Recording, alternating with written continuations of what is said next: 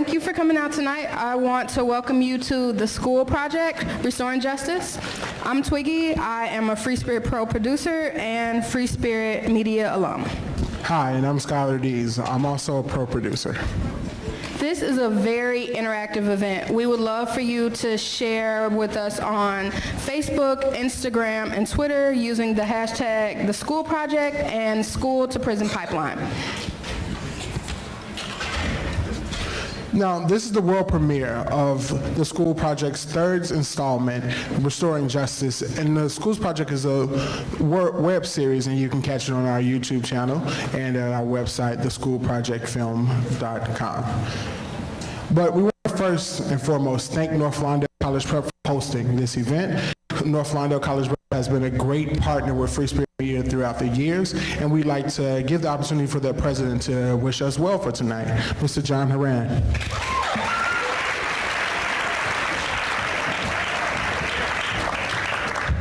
Welcome. It's great to see so many do-gooders out there.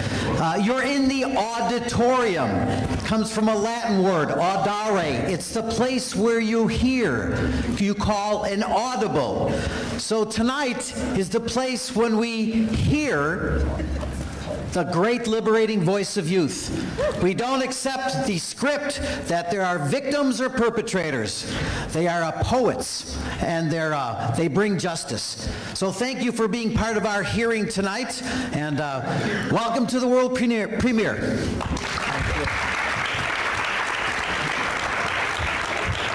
Thank you so much, Mr. HORAN. We have over 61 neighborhoods tonight out of 77 neighborhoods in Chicago. Thank you for being such a beautiful, diverse crowd.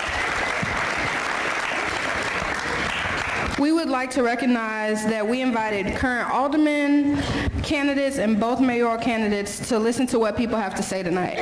Let's take a moment to recognize them, and would they please stand? So tonight we have Beatrice Boyce here, Raymond Lopez, Byron Sicko, John Kozar, Will Gazzardi, Roderick Sawyer, George Cardenas, Sean Starr, Howard Brookins, and Ray Cologne. Thank you all for being here tonight. The school project started by capturing footage of the 2013 school closings. Our partners within this program are Cisco Jacob Productions, Cartempo Films, Media Process Group, Kindling Group, and our Free Spirit Media, and our independent producers, Melissa Stern and Rachel Dixon.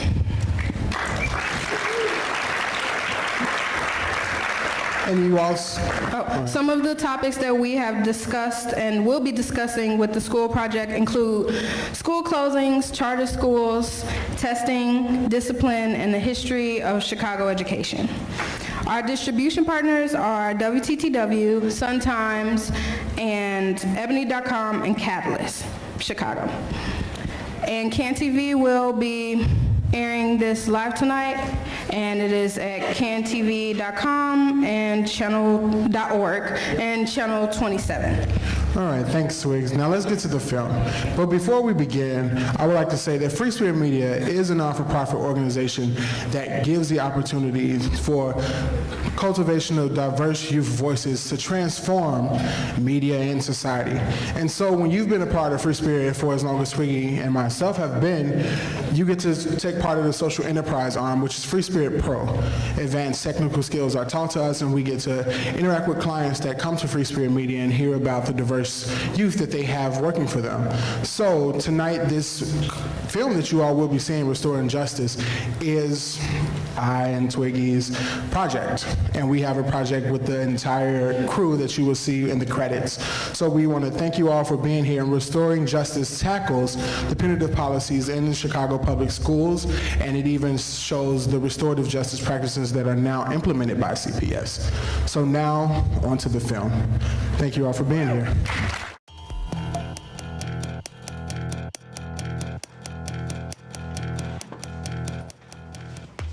Is that a marker?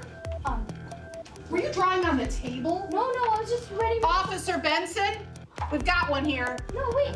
You know what? You're suspended. But why? Why? Zero tolerance. Anybody else? Yes? Singing in the cafeteria. You're suspended. Why? Zero tolerance. Yes. Out of uniform. You're suspended. Why? Zero tolerance. Zero tolerance. Zero tolerance.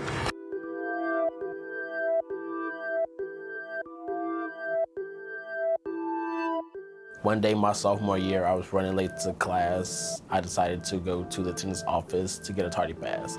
The dean, she highlighted the days that I was late. Then she proceeded to walk me to the assistant principal's office. He sat me down and asked me what school I want to go to. I'm like, I want to go here. And he was like, no, what other school do you want to go to? He then took my ID and he stapled it to the paper and he said, you're gone. I felt really bad and confused. In my head, I was thinking about my life. Am I not gonna graduate? Am I gonna get a high school diploma? When we suspend students or use other punitive consequences, we're often not getting at whatever the underlying issues are. This makes it much more likely that similar behavior will keep on happening because the issue just doesn't get resolved. There was a period in time when people thought the best way to deal with disciplinary problems was essentially to expel or suspend schools, get them out of the building. Hopefully somebody out there will help the child get better, and that they will then come back to the school better prepared to participate in the classroom. Zero-tolerance school discipline policies were adopted throughout the nation in response to a spike in juvenile arrest in the late 1980s. These policies proliferated in response to high-profile school shootings such as the massacre at Columbine High School in 1999. So often what happens is the students who need more school are the students who are sent out of school on a suspension. And that's why you see graduation rates in some neighborhoods no higher than 48, 49%. My first time being suspended, I was talking back to a teacher. I told the security what happened. They didn't want to listen to my side of the story. They just got me out of there. And then I got loud with them because I felt like I wasn't being heard, like they didn't give me a chance to speak. If I'm only always get in trouble and they're gonna just send me out, I might as well just do them a favor and not come back. In general, when we look at suspension rates and the climate of the school, we find that schools with higher suspension rates tend to have worse climates, lower reports of safety compared to schools that serve similar students that don't suspend students as much. Suspending us for walking out of the classroom, using the bathroom, and chewing gum pushes us out of school and creates the system called school-to-prison pipeline, which pushes Latino and African-American youth out of school and onto the streets, where they're most likely to participate in crime. My last suspension, 2008, I ended up getting into more trouble as far as being away from school, being out on the streets, hanging with friends and stuff like that, or what I thought were friends, and ended up getting incarcerated. Like, I had people tell me, like, you're going down the wrong road, you're going down the wrong road, you're going down the wrong road. You shouldn't be doing this, you shouldn't be doing that. Okay, well, what should I be doing? What can you do to help me do what I need to be doing? Feels like the schools used to train us for factories, now they train us for jails. Feels like, I swear to God, they're laughing as I stand here crying. Feels like a trick, feels like a trap. Feels like, do we have a right to an education or not? We have to fight. Education is a right. That is why we have to fight. Education is a right. That is why we have to fight. Education is a right. That is why we have to fight. Education is a right. That is why. When you have schools losing young people to the prison system, which costs way more to incarcerate them daily than it does to educate them, we do really need to see how it is all affecting everything. Why don't we put the millions of resources we throw in this jailhouse, why don't we put that back in the community? In 2010, Voice did research and found out that CPS was spending $51.4 million on school-based security guards and cameras, but only $3.5 million on college and career coaches. That's saying that they think that we are like troubled kids that need constant security guards and constant watch. It's a terrible message to give to kids. And you know what? It's given to under-resourced African-American and Latino kids. They don't want in Winnetka. These high suspension rates disproportionately affect youth of color. One of the problems emanates from students being looked as not just the perpetrators, but the problem, in opposed to people who can be engaged to further improve their communities, despite the issues and challenges that may exist. I think that they need to change the culture so that we all feel comfortable coming into school. Because when I come into school through the metal detectors, I feel like I'm at the airport and I shouldn't feel like I need to take off all my belongings or whatever to go get my education. North Lawndale College Prep is one Chicago high school that has rejected metal detectors. At North Lawndale, we practice restorative justice. Instead of us being so quick to suspend the kids, we give them a chance to come to the peer jurors, such as myself, and restore whatever harm that was done. We actually give them the chance to look back and see what they done wrong and how could they fix that in the future. And also give them a chance to set a goal for themselves so that whatever mistake that they made, it won't happen again. Because giving detentions really does not change behavior. So I'm more interested in having our faculty and staff figure out with the student, using other students, how to get a deeper insight into why it is that message and that learning isn't being picked up. And that's a matter of dialogue. That's a matter of a peer jury. That's a matter of restorative justice. So it actually helps build more leaders in the school instead of building followers. It's very hard to change the culture in schools and the practices in schools. So many schools are, adopting preventative practices, restorative justice practices, but there's still schools, whether or not they're doing preventative practices, that have very high suspension rates. There are schools where half of students get a suspension in a year. We know that suspensions result in lost instructional time, adversely impact attendance, adversely impact academic achievement, and weaken a child's connection to the school. We looked at our suspension rates and our expulsion rates over the past school year and really saw troubling information. We were suspending way too many students, and we were disproportionately suspending African American students. And when we looked around the country and said, well, how are other districts handling this? We really did feel that we were too punitive in our approach to discipline, and we felt like we needed to change our policy to address that. In the summer of 2014, CPS officially adopted a comprehensive discipline policy centered around restorative justice practices. So now you can explain your story to us. Use it just I statement. You can't blame it on anybody else. Just say I. We constantly met with CPS to change the student code of conduct and change minor infractions so they can handle the situation restoratively and not punitively. While the new policy is a welcome improvement, concerns remain that not enough funds are being allocated to social workers, counselors, and training for teachers and principals that are necessary for a successful implementation. I think if you can organize 10 security guards at the front door x-raying and wanding people, you can organize peace. You can teach peace. But you have to believe in it. In my school, they implemented peer jury and they focused more on handling situations through the peer jury. And that happened because my community stood together and we fought for more restorative practices in our school. And that gives other communities hope that they stand together, focused, and ready for change, that they too can see more restorative practices also in their schools. I think we have good momentum, and I think this is the impetus that folks need to see in terms of understanding the value, capacity of young people to change their conditions.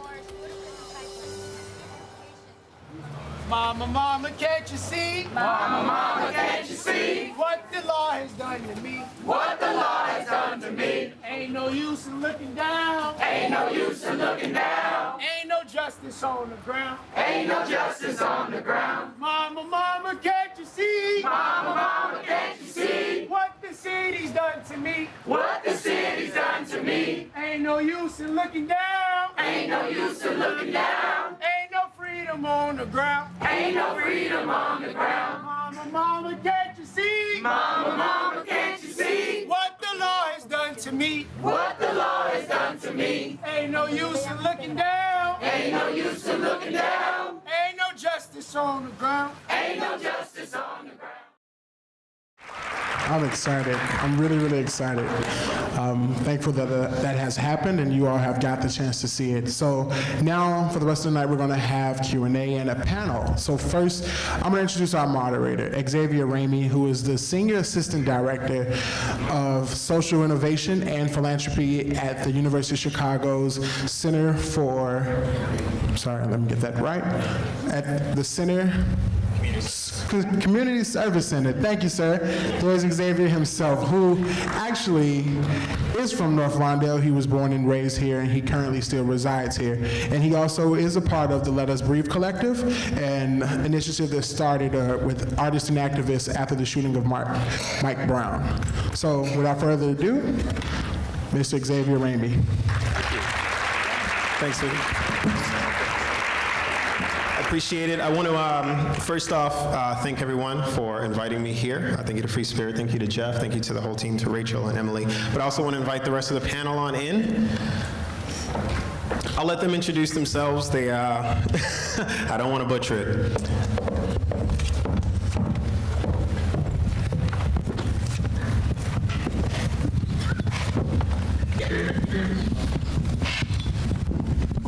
Yeah, anyone who wants to start first. Sure, I'll start. My name is Karen Van Osdell. I am Executive Director of Social and Emotional Learning at Chicago Public Schools. My name is Corbini Daniels. I work at Make for Challenge and also Voice of Youth in Chicago Education. Hi everybody, my name is Dahlia. I'm a senior at Steinman's College Prep, and I'm a leader with Voice and Communities United. I'm Miriam Kaba. I'm the Executive Director of Project NIA. Got a great panel. So we're going to dig right in.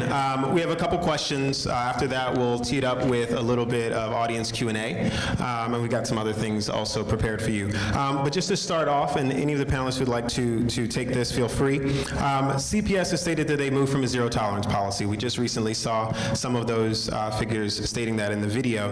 And that they've been more accepting of alternative practices like restorative justice in the past several years. However, we still see that the data is showing that many students, particularly those of color, are being suspended at alarming rates and or referred to the Chicago Police Department. What do you feel would be the catalyst to bringing down these rates quickly, if possible? I could start. So again, my name is Dahlia. One of the things that I would say is, although they have implemented restorative justice, they haven't done it in all of our schools. So like in my school, we don't have restorative justice. We don't have peer jury. And I feel like that would be something great that would help decrease the amount of suspensions and expulsions, especially in our school, because recently I learned that Chicago is basically the city that suspends the people the most, the epicenter for suspensions and expulsions. So I feel like we need to implement restorative justice in all of our schools, and if we do implement restorative justice, we need to have consistent training for all our students, our administrators, and all our teachers. So I just want to ask a question to the audience, so feel free to shout out a number. How many students a day in CPS do you all think get suspended? 50. 400. A million? Oh, yeah. Someone said 400. Who said 400? You all are close. So according to Voice data, 324 students in CPS a day get suspended. And 92% of those students are suspended for minor infractions. Anyone know what a minor infraction is? Yeah, so I heard chewing gum. Also, walking out of the classroom, going to the bathroom is a minor infraction. And so my school, I graduated in June from Gage Park High School. Thank you. And so before I left, they they just implemented peer jury. And in peer jury, it was a room full of youth and our ROTC instructor, and they sent cases to us. And we had the opportunity to sit there and talk the case out, and then come up with ways that the student that was in trouble could fix the problem. So I think if more schools had peer jury, I think it will work. I mean, it doesn't cost anything. It's just, all you need is an empty room and youth. And I think that is what more schools need. Oh, that was it, I'm sorry. And I'll just add on to that because I think that's exactly the approach we're taking as a district. So the numbers that you're talking about and the policy changes we've made are to prevent minor infractions from resulting in that, and for folks to really dig into some of the folks we're talking about in the video. What's the root cause of this behavior? How do we actually support the students' development and think about longer term development of our students? We're doing a lot of investment around restorative practices training, which I think is certainly part of it, but there's layers of training that we're doing with schools around these issues. So how do we teach students social emotional skills so that when they're in a peer jury or in a peace circle, they have the capacity to listen to one another, to empathize, to take another's point of view, building those skills over time, starting as early as pre-K and all the way up to the end of their high school career.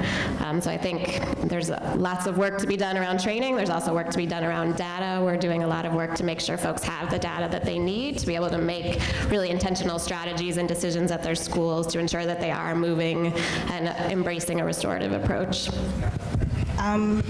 Sorry.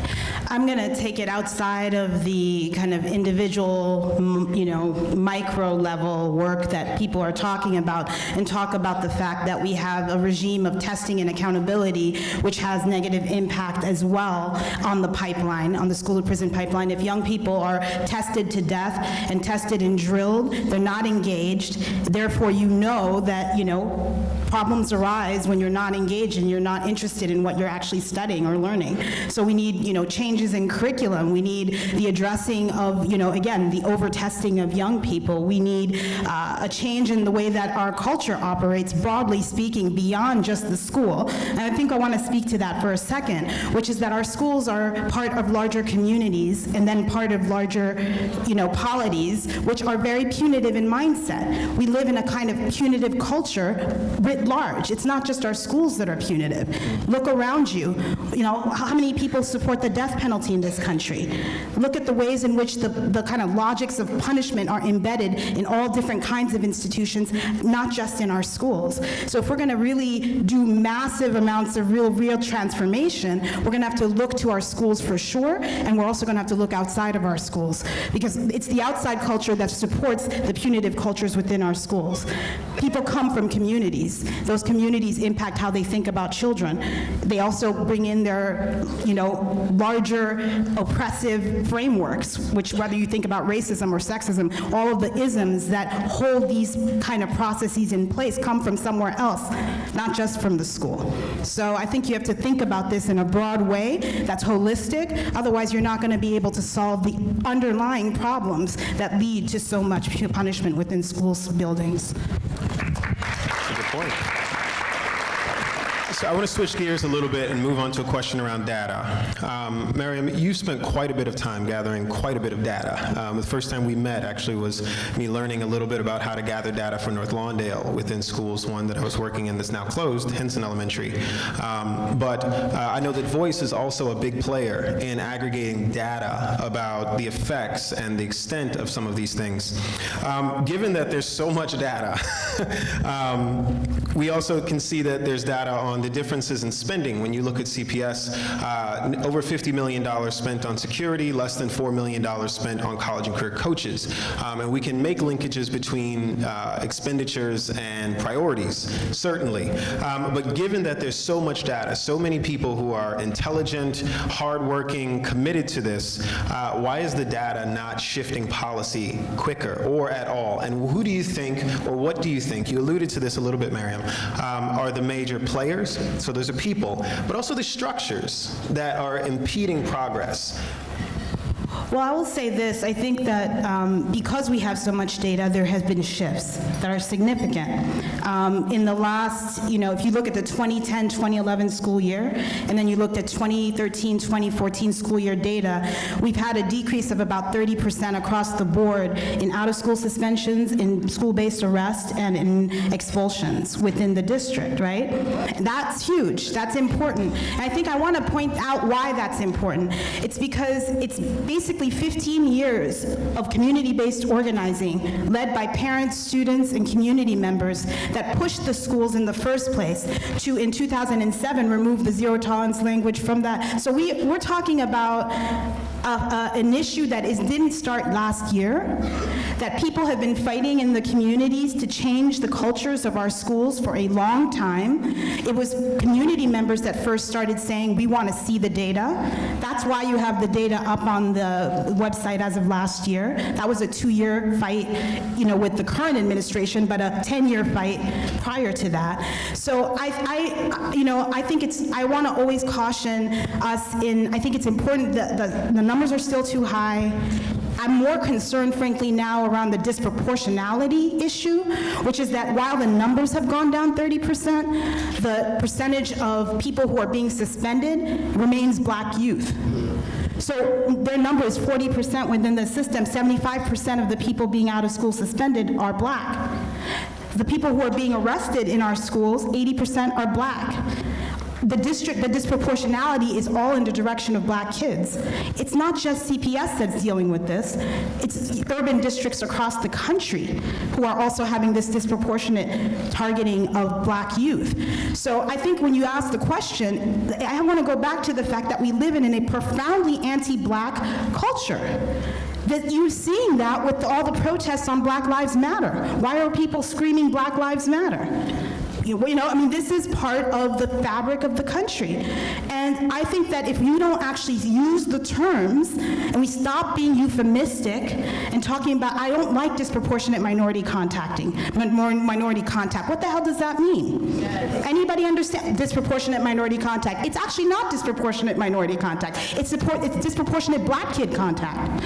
And so, we're not going to solve the problem if we don't actually talk about what is going on. I want no children expelled or suspended or arrested in schools, period. Whether they are Black or Latino or Native or Asian, I want white, I don't want anybody suspended. But when we look at the actual data, we have to understand who the people are who are really being targeted by these kinds of policies. And then if we do that, we can at least begin to have a real conversation about what needs to be done to change it. But unless we're actually going to use the word Black here, then, what are we doing? Really, what are we doing? It's Black kids.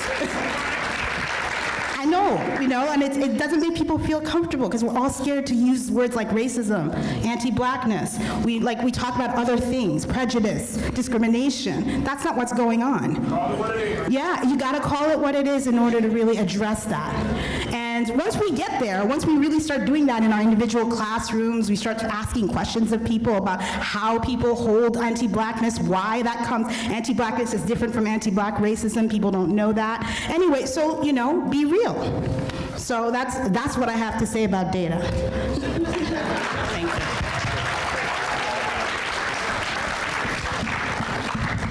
Real quick before, we got a car issue tonight, people. What's going on?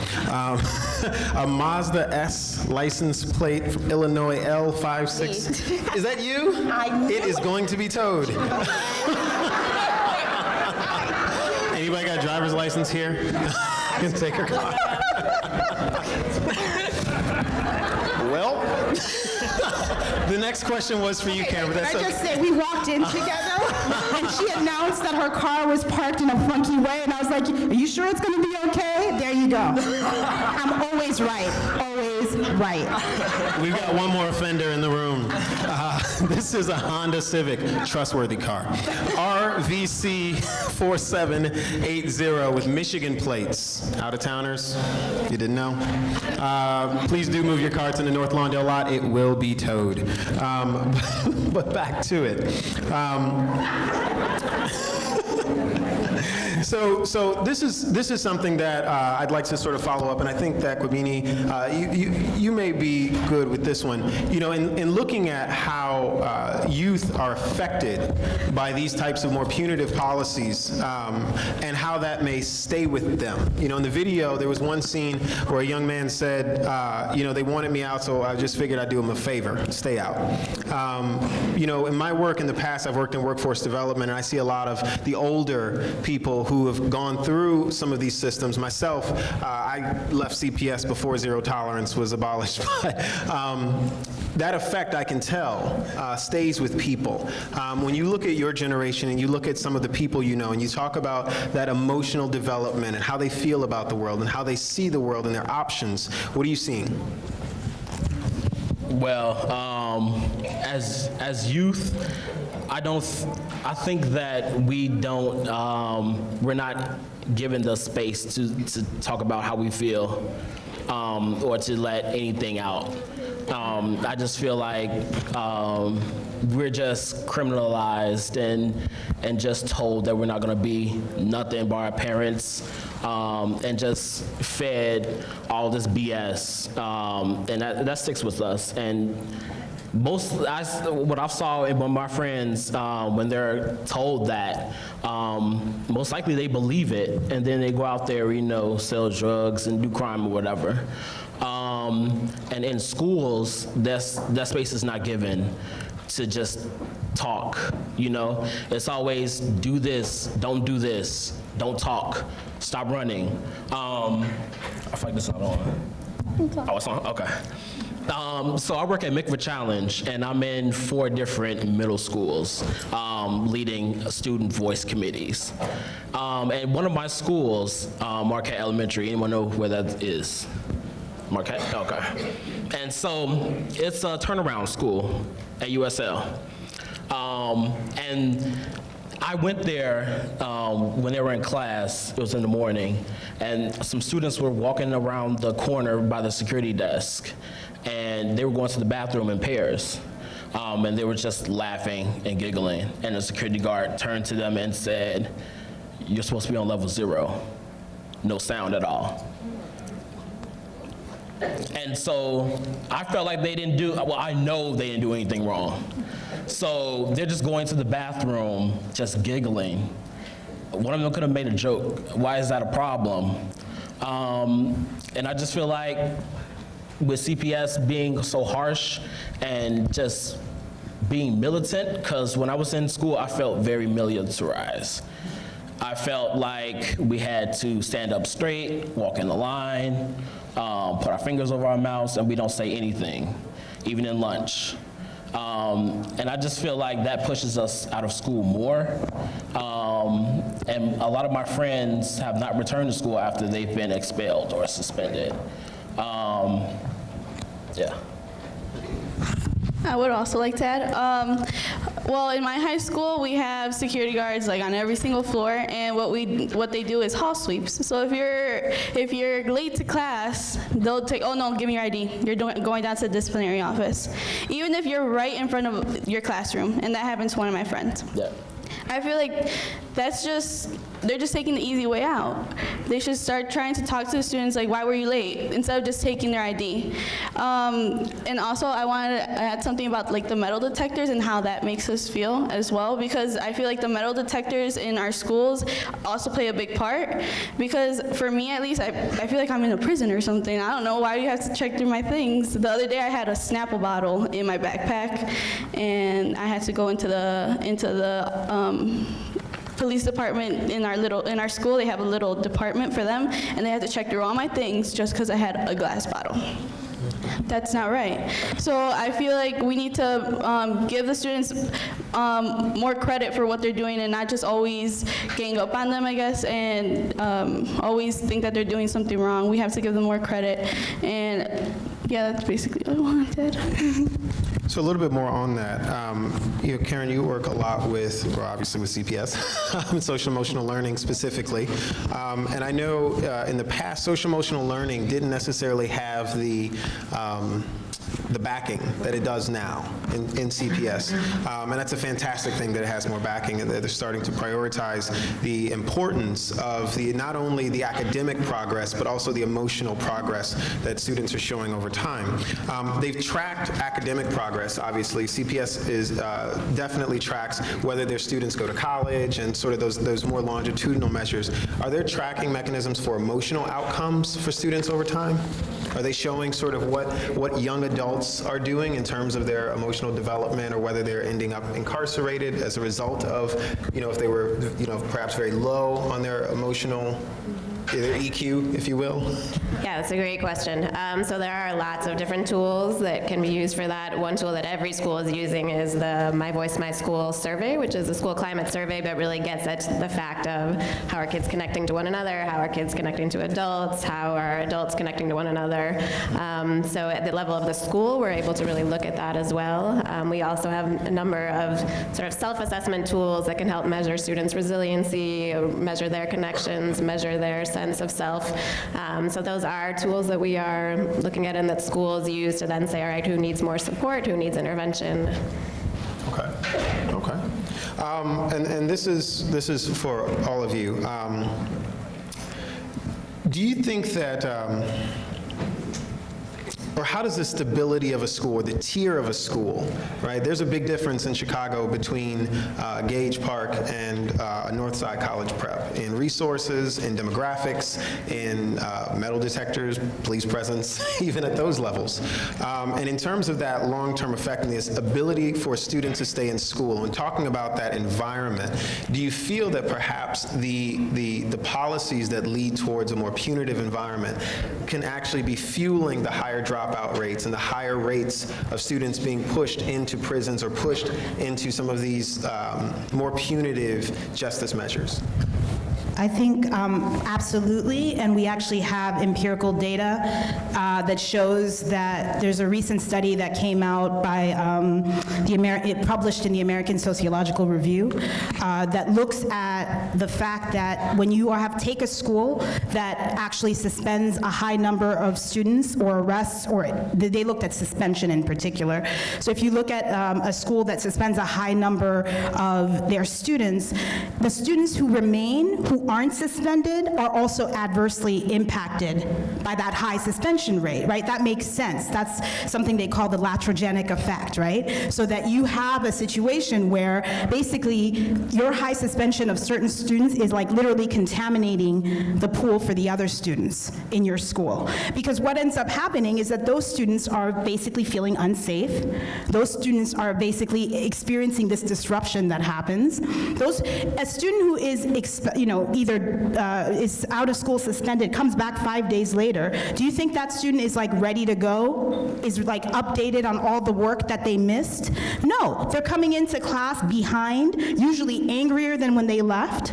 They come in and they're also then causing, it's like a cycle, right? And it actually like gets to other young people who then also then see that how that young person is acting and maybe take up and support that young person, and it becomes this huge cycle that impacts the entire culture of the school, the classroom, of the school, and of your whole entire space that you're in. So yes, absolutely, that has a negative impact. And so what you want to try to do is get the whole entire number of your students less suspended, so that has a positive impact on other students. We also know from that study that students' grades go down. Other students' grades go down because of the high level of punitive. So it's not even just in the interest of the fact that you would feel altruistic towards the students who are quote unquote misbehaving, but it's all the students who are impacted by your discipline policies. It's not just the ones you target. So a school like NLCP, which really has no metal detectors, has no cops, and the school that's right next to it that has cops and has metal detectors for basically the same kinds of students, are going to have very different kinds of outcomes. They're going to have different outcomes in terms of students who stay in school. They're going to have different outcomes in terms of people who end up dropping out and getting pushed out. So you have to really be mindful of that and understand that the whole entire culture is impacted by high levels of, kind of excessive, punitive structures. But that, people know this about their own lives. You know, that for many people, punishment doesn't actually work. It just doesn't. You may be afraid of your parent, but you're still doing negative things outside their view. The punishment didn't change anything. You didn't learn anything from it. You're just kind of scared, you know? And so you lash out and act out. And the same thing happens. I used to teach too, you know, high school students.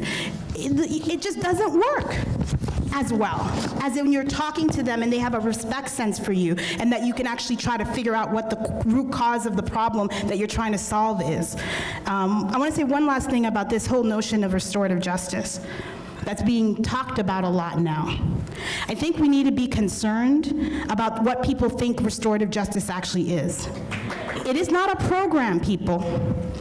This is a problem because we live in a country that's a microwave country where everything is supposed to like yield results yesterday, and people think that, you know, these things can just be thrown into places and then it's like, oh, restorative justice didn't work. Folks, it's a philosophy that has to actually embed a lot of other things. A pure jury in and of itself is not restorative. There are a lot of young people who are super punitive. If you don't change their philosophy and mindset of punishment, they're there. I work with young people. Sometimes when I ask them to punish their other people, quote unquote, like let's make a decision together about what you think is accountability, they're harsher than the adults were. What is that about? That goes back to my point about this is a cultural issue, not mainly a micro school issue. Right? And so I think this is part of we need to evolve a little bit. I'm very concerned about schools taking on restorative justice as a program. It's going to fail. And then I don't want people then to say restorative justice didn't work. You weren't doing restorative justice, so that's why it's not working. I mean, really, yeah? So, I mean, let's be honest about what really is happening in these settings. We've got to do a whole transformation of the culture, the philosophy. You can use practices which are restorative, but you have to do something different than that. We don't like to do hard things, even when they're easy. I know that doesn't make sense to you, but it's really deep. Think about it later on. Think about it. Okay.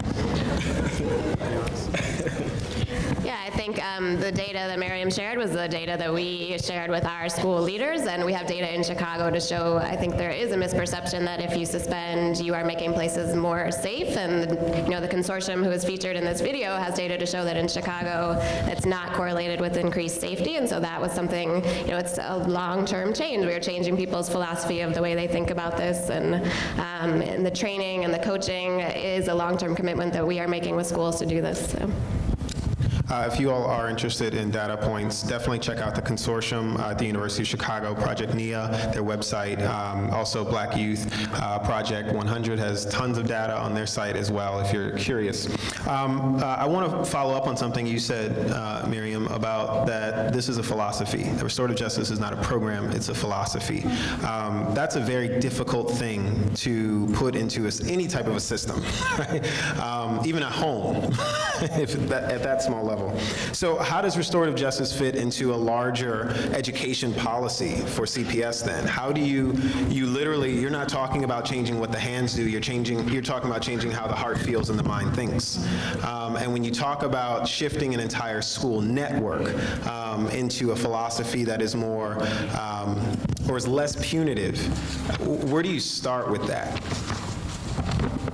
I mean, I think one thing that we've really focused on is, I think in the history of restorative justice, restorative practices in CPS, it was really looked at as an intervention, as a response to behavior that has happened, and we are trying to help push folks in a direction where they see it as something preventative as well. So it's not just, you can't expect students to be able to operate in a circle and solve a problem if you haven't been using circles repeatedly in their daily life, just as morning check-ins in the morning or in the afternoon or whatever it may be, so that they're building those skills, they're building those relationships, and seeing restorative practices across the spectrum of a school, that every adult has to model them, interact that way, and then we can help our students to get that approach and get that development as well.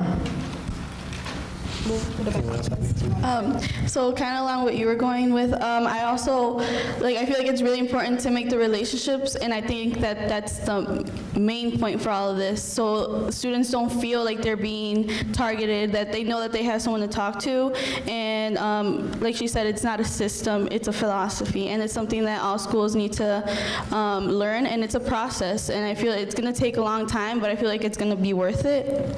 And I feel like we also need to make relationships between administration and students, because I feel like if we want to do it and the administration, they're going to be like, I don't want them to have the power, but we want to have the power, but we want to share it as well. So like we want to be able to talk to administrators and see what they their point of view, but actually get the chance to talk to them, because a lot of administrators don't want to listen to us.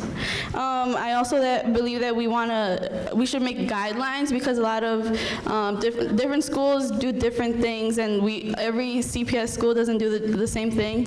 And as well, that I want to point out that this is not a Chicago problem. This is everywhere problem. This is everybody's problem, and we need to work on it together.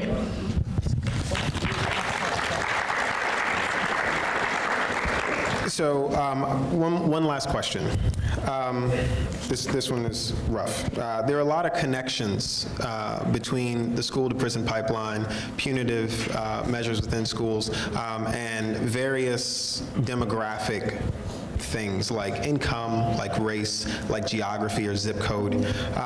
When you look at the data with CPS, roughly 46% of CPS students are Latino, 3% are Asian, 40% are black, and 9% are white. When you look at the demographics of Chicago, however, you find that Chicago is roughly 70% people of color and it's 30% people who are white. When you look at that number and you say 30% of a city of 2.8 million is one demographic, but only 9% of the children of those people actually attend a Chicago public school, the first question I walk away with is, well, where are they going? Where are they being educated? Because I know there are 400,000 kids in CPS, but only 9% of them are white. And when you look at something like that, and you also look at that public and charter schools are the primary sort of funnels into a lot of these situations where students are being put into juvenile detention centers or being referred to police custody or police intervention.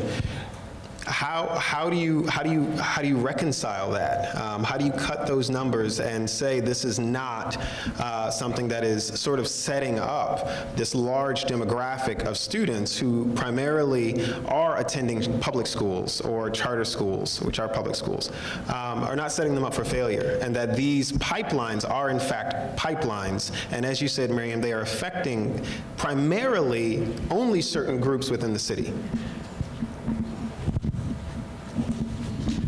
That might have been a statement.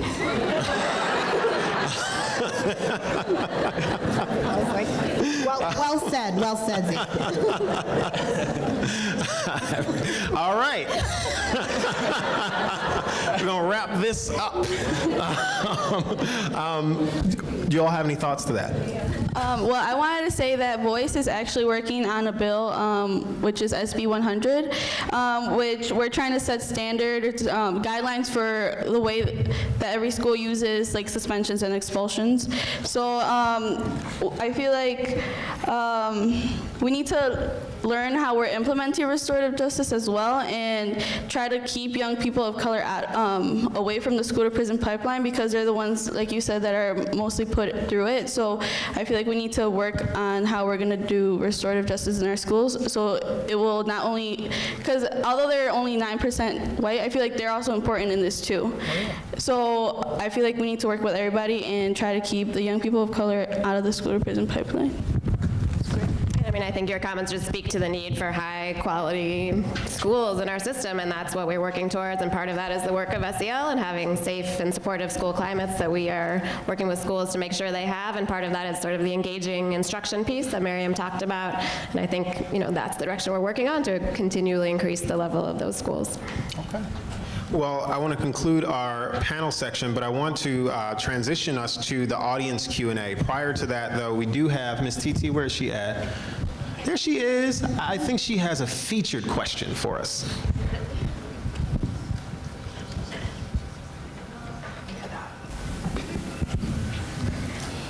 Hi everyone, my name is TT and I work with Free Spirit Media. I'm also a student here at North Lawndale College Prep, and I am a peace warrior.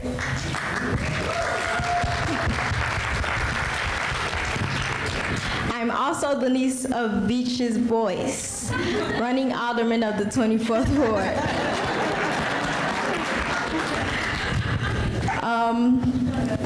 I wanted to kind of piggyback on what you guys were just talking about, how we need to basically change the culture. And I want to tell you guys exactly what I do. Like I said, I'm a peace warrior. I do consider myself as a peace warrior. And basically what we do is we go off the King of Nonviolence peace training. And it was based on Martin Luther King's philosophy. So we are basically like a group of students, both CAP class, who are leaders of the school, because you know students feel as though they're not able to talk to the teachers, so the teachers train us so that we will be able to connect with the students. And we have these peace circles that we have, and the students come and address us. What we realized that the training had an effect on the entire school, and we started to see a positive change within the school. North Lawndale ended up being the first school who actually had 190 days of peace throughout the year in Chicago.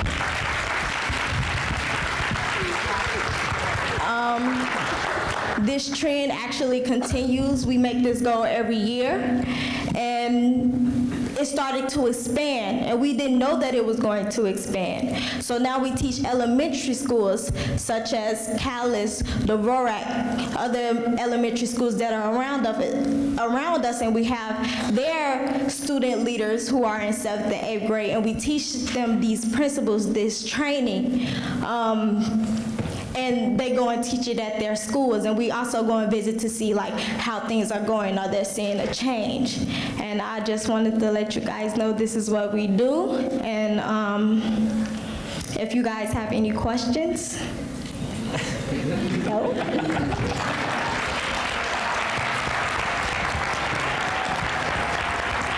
Thank you. So real quick, are there any questions in the audience? I see, is that a cell phone somebody's holding up? Okay. Can we get a mic over? My name is Elijah Smith. I'm also from North Lawndale College Prep.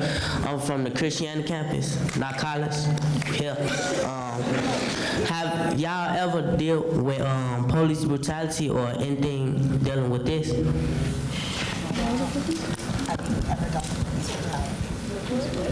Have you ever dealt with police brutality yourself? Oh, can we tell like Keep it real. from a friend perspective? Sure. Like a witness perspective? Okay. At Gage Park, 5 of my friends, they were play fighting in the hallway. So instead of security coming, the police came because they are housed in our school. And so my friends stopped play fighting, but the police still took it upon themselves to manhandle my friends, threw them against lockers, taking them down to the floor. Yeah, and nothing was done about it. And after that situation, they got suspended. I've actually had a couple run-ins with the police myself. None of them ones that I initiated. Mostly when I was you all's age, when I was in high school, and a lot when I was in college. I grew up here in Lawndale, but I've actually never had a problem with the police here. All of the problems I've ever had were all on the north side when I lived in Lincoln Park. I lived there for about 6 years. But primarily, it was mostly just that walking, man. It gets you. That don't walk. They say don't run, so don't walk quickly either. But for me, it was primarily just walking down the street. Once, when I was, maybe your age, just having bags, I was coming from Water Tower. They pinned me down in the alley, threw me on the ground, said I stole it, showed them the receipts, they didn't care. Then it was Father's Day, coming from here in Lawndale up to my mother's house when I moved in with her when I was younger, over by Cabrini, and they threw me down because they said I stole a car and ran it into a pole. I was a block from my house. Another time it was walking home off the Red Line Sheridan stop. There's if you all know that area, there is off of Irving Park and Sheridan, there's a cemetery that goes, there's that stretch, a long cemetery, 4 blocks long. You can't turn any other direction, and when it's about 11 o'clock at night, it's dark. It's just one white lady walking in front. I already know it's a bad situation, and what I thought would happen did happen. About 2 minutes after walking behind her, I ended up with a gun in my stomach. After that, running, actually jogging one night from my house when I moved to Lakeview, trying to get away from Lincoln Park. They tried to pin a rape on me, said I'd raped some lady. I said I don't think I'd have an iPod and track pants on if I just raped somebody. I wouldn't be jogging if I just done that. But you end up on a car on that situation too. It follows you a bit. What I will say is now I have far fewer run-ins with them. I think that's because I'm beyond the age of youth where I look like what they're expecting. And I also wear this. It's like a bulletproof vest sometimes, but against police. But it keeps happening. Can I just say also that you've heard a couple of times the idea that there are booking stations in our high schools? Yes. I mean, like, that doesn't make everybody just recoil in horror is a problem of us. I mean, there's just no reason for booking stations to be in high school, because what is the job of the police? Their job is not to do counseling. Their job is to arrest people. Okay, so therefore, putting them in your school will lead to arrests rather than counseling. If you want counseling, get counselors. So I think we have to we just do have to wake up a little bit more and be much more aware of the fact that these are not normal things. That they just shouldn't, you shouldn't just be accepting it as though that's just the way it is. Why is it this way? And why can't it be different? It absolutely can be different. The police should not be in schools. I'm sorry. I don't understand why is that hard for people to wrap their heads around? It shouldn't be. It wasn't always like this. So it doesn't have to always be. And there are people working on that as we speak, trying to talk about other ways to address these issues. It costs a lot of money to station police officers in our individual high schools, $75,000 a piece. What could you be doing with that money instead? A lot.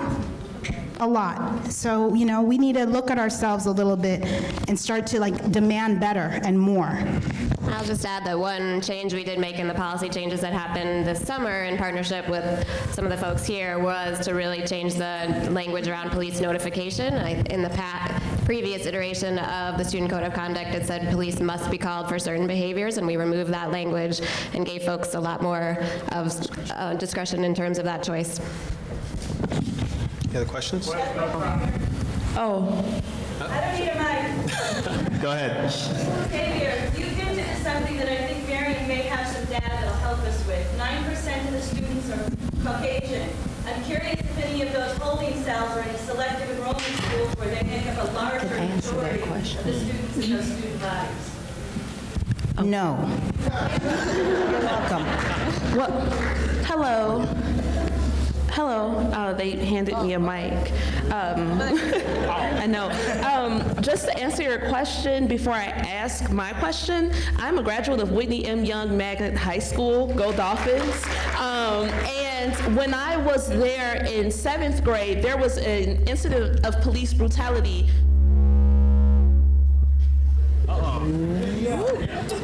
Oh, There was an incident of police brutality that took place within the school, and the student body came together and said, these police have to go. Because at the time, Whitney Young had carpet throughout the school, and they tackled a guy. He had rug burn all over his face. He was really badly injured in this incident. And so the student population came together and said, we're not walking through metal detectors anymore. We work too hard in this school. We're not going to get beat up by the police in this school because we work too hard for this school. And anybody who does not agree with this, we will not go to 4th, 5th, 6th, and 7th period for the next week until the Chicago police are removed out of our school, and that happens.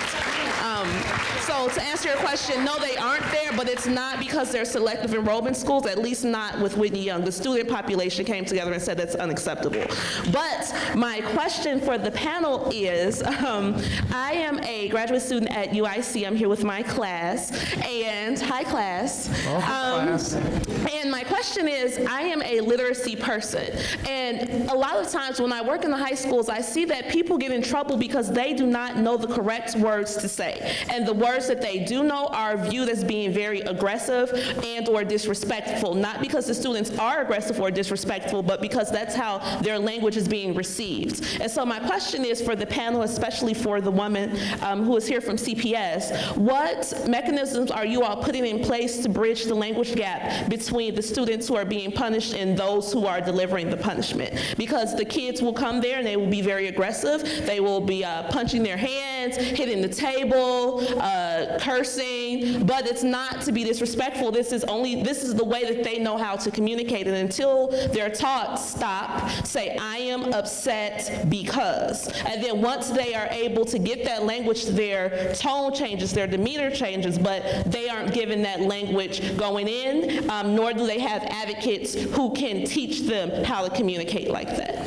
Yeah, it's a great question. So that's exactly what social and emotional learning is, and what our goal is to start building those skills really young. So yeah, exactly what you're talking about at the age of kindergarten, starting to just be able to identify those feelings, to start having some tools to know how to calm down when you are mad, and we practice that, we model that, and then all the way up to 10th grade, 11th grade, how do you deal with that when you're dealing with social media, Facebook, whatever it may be, making those choices, understanding how to express oneself, and then also training adults to be able to build those relationships with students more effectively. So yeah. I don't think I asked my question clearly. A lot of times the students who are speaking to administrators, they don't speak the same language. Everybody is speaking English, but everybody is not speaking the same language. And because there is a communication barrier between, I'll just make it plain, between African American students and others who do not speak the same way as these students, a lot of times what they're saying is misinterpreted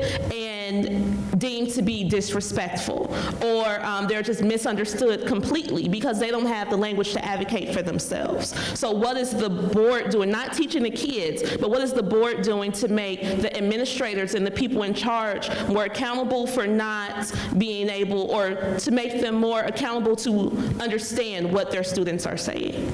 Yeah, I mean, I think what you're talking about is certainly an issue that we have adults that are trying to connect with students. So I think we've done a lot of training as a district around, for instance, trauma. And so how do we understand trauma, recognize trauma, understand that, emotions, when emotions take over, what is the language that happens? What are the physical pieces that happen? So I think providing that type of training, I think a lot of that is prevented when we have climates where people are connected. So schools that we have adults and students that feel connected, that feel like there's a community, you're much less likely to have those types of misunderstandings, and that's what we're working on. Can I also say that this is not mainly even to me a board responsibility. You're at a university, UIC, that has a school of education. What are the schools of education doing to teach teachers how to be able to interact with their students in appropriate ways, knowing full well who's going into those spaces? I think, I went to an alternative certification program years and years ago in the, early 90s. They didn't even teach us how to teach children how to read. We had to learn that ourselves in the classroom. So, I'm 100% understood. I can't even believe that I'm saying something in defense of the board, but I think that we make, there's a book, there's a piece that was written by James Traub in the New York Times years ago, and I always tell people to read this. I make my students read it. What schools can't do. Because we ask schools to do a lot that they cannot do, and we shouldn't even be asking them to do in the first place. Why are the schools of education that are training teachers to come into the classrooms not addressing anti-blackness? Why is that not in the curriculum before they arrive to the school to teach? So yes to training and all that stuff that's needed, but there are places that are actually developing these teachers that are doing a terrible job at what they're supposed to be doing. And many of those are universities. So let's broaden out, for me at least, broaden out who needs to be held responsible for a lot of this stuff that's going on. So I'd like to take a pause right there. We've got two fantastic honored guests here tonight. I want to introduce one of them and invite him to the stage. We also want to recognize the other. We have our 22nd Ward Alderman, Rick Munoz, here in the audience with us. We are in the 24th Ward, but thank you for being here tonight. We also have our mayoral candidate, Commissioner TWIGGY Garcia is here with us tonight.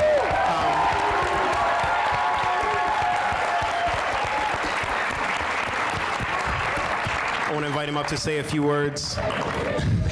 This might be our next mayor, y'all.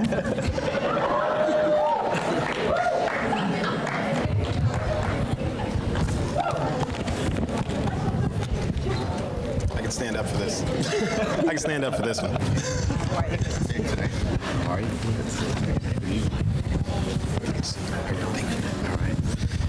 Good evening, everyone. Buenas noches. I am delighted to be here tonight listening to the great conversation that's going on among the panelists and, of course, the audience. Very, very engaged. Truly a wonderful engagement about very relevant issues in our school system and in our neighborhoods. As I hear the conversation about situations which occur in schools, around schools, and in the neighborhoods, I've come to really appreciate how important and urgent it is to train more people, to share with more people the practice of restorative justice as a tool for conflict resolution, for restoring a harm where it's been done, for getting both perpetrator and victim to understand what has occurred, and then for the community, us, people, peers, students, teachers, neighbors, others in a community setting, to take the responsibility of helping both the victim and perpetrator move on, understanding how they are part of community and how all of us have a responsibility in healing the fabric that's torn and reweaving that fabric to create good, healthy community. And I think it's very, very important because unless we're able to do those things, we continue with discipline policies that profile, that target, that expel and only exacerbate conditions of inequality in our communities. They exacerbate conditions of disproportionate impact and only feed the school-to-pipeline system, the school-to-prison pipeline system that we've become much more aware of that actually exists in society, whether intentional or not. It is structural, and we need to stop it, and we need to break it. I don't sound like a politician when I talk about that because I'm in transition from someone who was exposed to restorative justice, someone who has cared deeply about public education and fought for developing schools that become centers of community. Right over here in the South Lawndale community, and working together with stakeholders, students, parents, and other leaders to develop great schools in low-income communities and thus demonstrate that you can have great schools and a robust public school system in a place like Chicago, in neighborhoods like North Lawndale and South Lawndale, and where young people can learn how to accept, engage, challenge each other, and move on to become successful leaders in their communities. And you say, well, aren't those just platitudes? No. It's happening at this school here, North Lawndale College Prep. It's happening at the Little Village Lawndale High School, to give just two instances where this is going on. This is the future. This is the future of America, but we have to be willing to step back and listen to critiques of the type that people like Miriam Kaba pose to us and challenges, so that we can reflect on what has been going on. We can analyze what's been going on and come to terms with accepting new best practices for moving forward. I share this with you not because I want to woo you for your votes. I heard the applause and it sounds like I'm doing all right, but because it's a daily challenge that, yeah, I have a pretty good barometer on those things, I think, at least on the west side here, right? But I also know that there are people here from all over the city of Chicago, and I got to tell you, this is a great gathering. You look like Chicago here on the great west side, of course, on this evening. But I also want to just push the envelope a little bit more, not just have the safe conversation, but also have the other conversation. And that is, as a mayoral candidate, I've come forward saying that I want to hire 1,000 additional police officers in Chicago. Why? Okay, because I want to further the practice of community policing. And I think it goes hand in hand with restorative justice. It goes hand in hand with another part of my four-prong approach, which is investing in jobs for young people during the summertime and after school. And I dare say that at a time when we're in some very difficult financial straits in Chicago and the state of Illinois, but those are essential elements for a strategy of public safety to have any shot of success. And I say that knowing that many of my progressive friends will have questions about that and challenge me on that. Indeed. But I also believe that that's necessary if we're going to move forward in building relationships of trust and mutual respect and close the gulf of perceptions and attitudes and relationships that existed that especially have become evident in the aftermath of Ferguson and New York, and wherever an explosive incident triggers those types of clashes and opinions that we hold deep inside rise to the top and then become topics of discussion. So I gotta stop here because I was told 5 minutes, but I'm just kind of carrying on. Yeah, they're giving me the signal. But look, I'm just delighted to be here tonight to partake of the conversation that is going on. It's real, and it's not going to be resolved tonight, but this enriches our conversation, and it enriches how we find common ground to move forward as neighborhoods in Chicago and as a better city in Chicago as we continue to move forward and figure out strategies for making our neighborhoods a place of genuine revitalization. Thank you very much.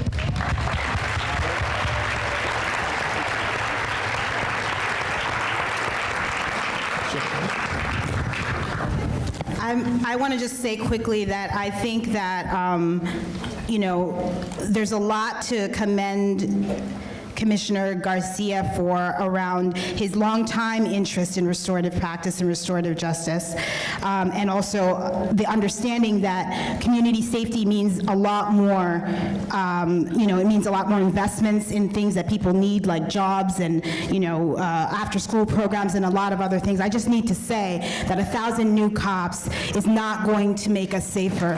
I have got to say that. And he knows that I disagree strongly with him on this point. And I'm glad that we get a chance to say that out loud. I do not think the police make us safer as a general rule. We are seeing that in many of our communities. They exacerbate a lot of the issues that are going on. Now, we gratefully have a lot of disagreements within our communities around these issues, but I have seen within schools having more police in schools as a negative for students on a regular basis. I deal with the young people who are pushed out because they're arrested by the police within schools. I think we cannot have that be as our main strategy for public safety. But again, I'm appreciative that Commissioner Garcia actually comes out to the community to have conversations with us, whereas the current mayor is nowhere to be found. So Was invited. That's all I have to say.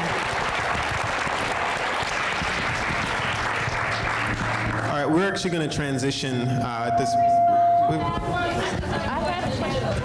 We got time for two? All right, we'll take two more questions. One, and then we got one back there you've been waiting. Before anybody asks a question, somebody left their phone in the women's bathroom. Did anybody lose their phone? Please come up here.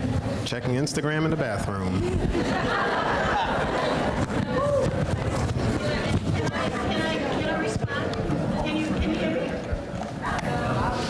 Is there a microphone in the house? Listen, I've been immigrating from Western Europe, obviously, and I've worked with Chewy for, you may not remember because I was a lot younger, 30 years in the communities, and I work on the west side on some projects. I work now at DePaul University, but I was a community organizer for a long time getting funding. One of the things that just really thrills my heart is that, there's passion in the room, but one of the caution that I have is that we make it an either-or issue. And I think, Ms. Miriam, I don't know you, but I was totally applauding and nodding and, thinking of everything you said as being really right on. But we need to stop this dichotomizing, this either-or situation. It's a both and. And I think that's why I appreciate that there's different viewpoints, but, the police are people too. They're in our community too. What's going on in the schools, and I'm a member of the Community Action Council here in Austin, because I live in the neighborhood. What's going on is oftentimes that we victim blame, but we also blame the people who are in the community, and we're not making them all come to the table. And if you really have that restorative justice philosophy, then I honestly believe that we have to listen to all the ones who are other from ourselves, and listen to what you said, where the common ground is. And that has to be the impetus for making change socially. I come from Germany. I grew up in Berlin in post-war Germany, okay? We had a lot of coming together to do, and we still do, and I'm still being called the N-word, not yours, the other one. Do your history research on this, right? So I think we need to really come together and stop that saying, I don't like you because of that soundbite. I think we need to go deeper and have those circles in the community and in the schools where all the people can come together and not just blame the other people on the other side of the table. And I think you would agree to that. So I said that I disagree with Commissioner Garcia. I know, but I'm talking about that we're looking at the police as being the enemy. If police get trained in different ways that you're talking about and change their philosophy, they're part of our community too. And when we had communities in this country where the police were a part of the community, it was a different story.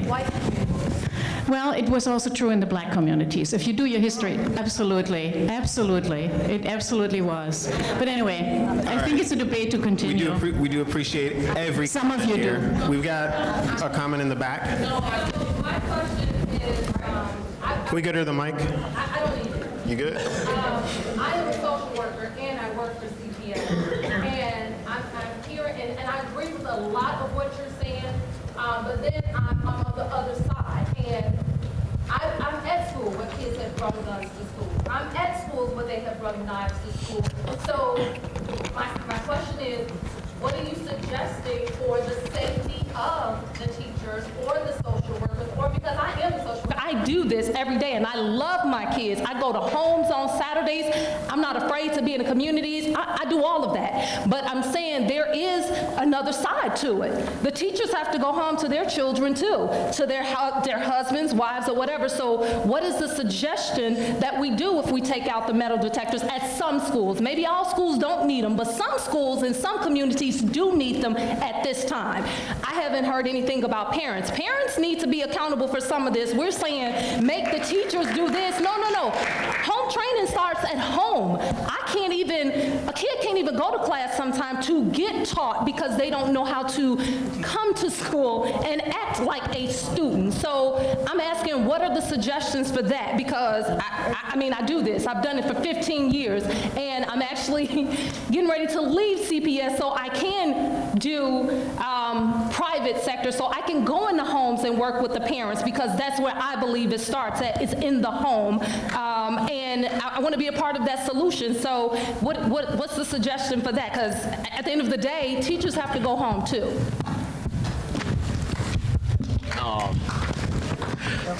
So I just wanna put out there, so what made the youth bring a gun to school or a knife to school? So it had to be a problem. They had to be bullied or either antagonized or anything. So I just think that a real conversation would be really helpful. Conversation between who? So a conversation. We could talk to our counselors, but they're swamped in paperwork. Half of our counselors and social workers has been cut, but a restorative justice practitioner would be a vital person to talk to, so the student can just talk their problem out and don't have to bring that weapon to school. And I think that putting more cops on the streets is most definitely not the answer, because we can't even do nothing with the cops that we have now. More cops on the streets, and I think that's more killing. And I think that we as a community and the police needs to sit down and build a relationship. Yeah. So my question wasn't about cops on the street. My question was about in the school. You all were saying take out the metal detectors, take the police out of the school. I'm saying, what's the suggestion then? When a kid comes to school, there's no metal detector, and I'm speaking of the communities I work in. I can't speak for the Whitney Youngs or the Swindles. I can't speak for those. I'm speaking of the ones I work in, because I live in my community, so I work in my community, because that's where the work needs to be done. So I heard your question, and your question is the end question. You're at the end point of what we're talking about, which is that you gotta address all of these different angles of things in order to get to that end point of a school without those metal detectors and without those police officers. But if you can't even have an imagination of what's possible, then you can't even ever hope to get to that end. So there's a lot to be able to focus on. Yes, parents need to be engaged and involved, in the schools that do the best jobs about that have the best cultures, which lead to them not needing all of this other stuff. So our job is to do the best we can to change those cultures, to try to get parents to feel more comfortable coming into the schools. There are schools that I worked in years ago where everybody in that school was hostile to parent involvement. They blamed the parents. They were scared of the parents, right? So we have part of the whole entire thing is a whole entire culture change. If you've got a restorative philosophy, you're doing a lot of stuff in that school every day that leads to better outcomes. So your kids are coming in the morning, they're being asked questions about how their day was, how their night before was.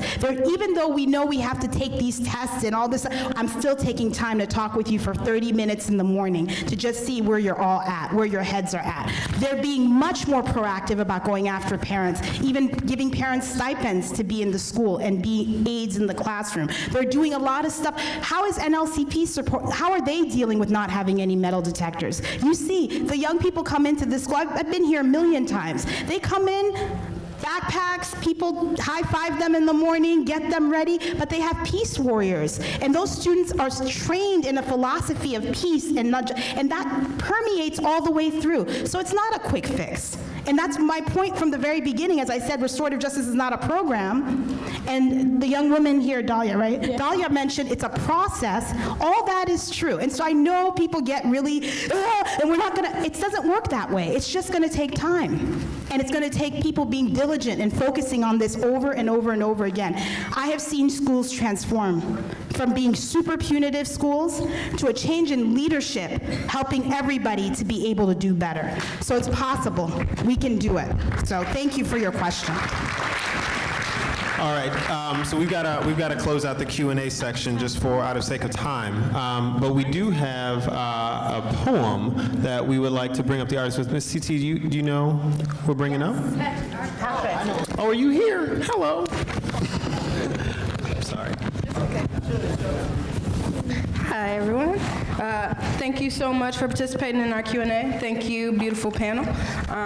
So our spoken word artist tonight is Patrick Patches Blanton. Patches is a 17-year-old artist and activist born and raised on the south side of Chicago. At 15, they joined Free Street Theater, and they are also a member of the multi-generational ensemble Young Fugitives. Patches sings, raps, dances, writes, digitally designs, films, and directs. Yes. Patches is also a member and a founder of alternative hip-hop soul group The Projects, and a part of Goodman's Loud and the Bomb team.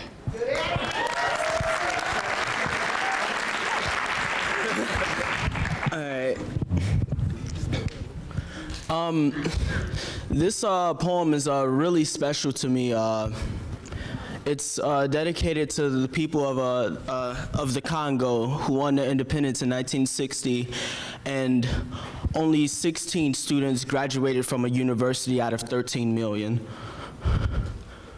This poem is an homage of an homage from C'est le verger, tu as, Louis, to strange fruit.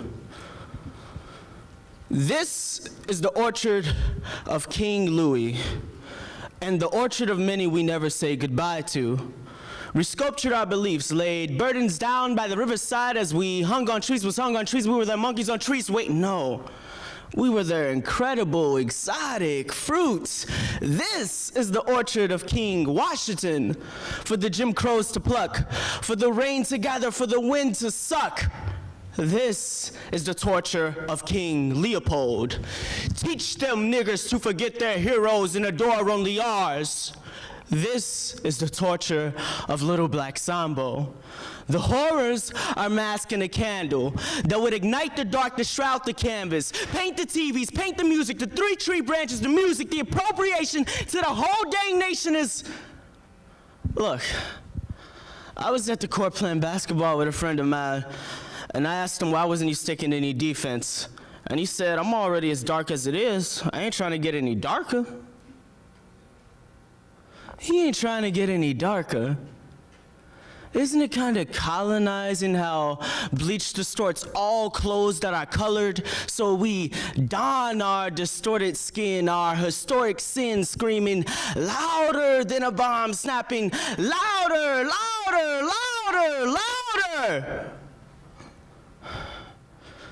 But not as loud as genitals being hacked off, as the baskets of black hands now mutilated down at the orchard of King Leopold used for currency amongst his officers. Over 10 million at this orchard. And would you just applaud or look at these other orchards? They're on your TVs, your sidewalks, your innocent to proven guilty trials, stadiums, prisons. Lynching doesn't just mean hanging. Torture, burning, dismemberment, crucifixion, castration. Sometimes thousands watching coal tar to douse the torture of Little Black Sambo prior to setting the 3/5 human afire. This is the orchard of King Sam. Death of the colored is a spectacle in frantic swirls. Flit yet exciting, the rising sun devours them. Watch the skies dazzle, dancing in the light of dawn, and sweet foliage unknown, scented in magnolias, blood on leaves and blood of root, sweet and fresh, then suddenly smell of burning flesh. This is the birth of a nation.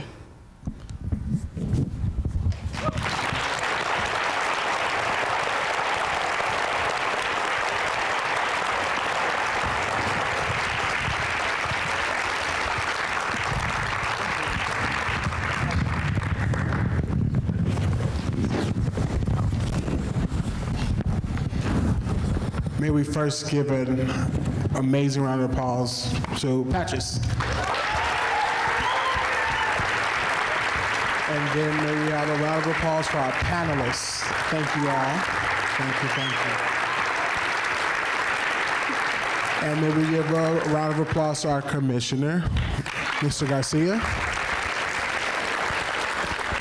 And tonight, for this occasion, we did invite both mayoral candidates, and thank you, Mr. Garcia, for coming and speaking your words. Thank you. So, of course, thank you all again. The Schools Project is a forum for discussion and raising awareness, so thank you for helping us achieve some of those things tonight. We would love if you could fill out your feedback form and let us know how we're doing and any ways that we can improve.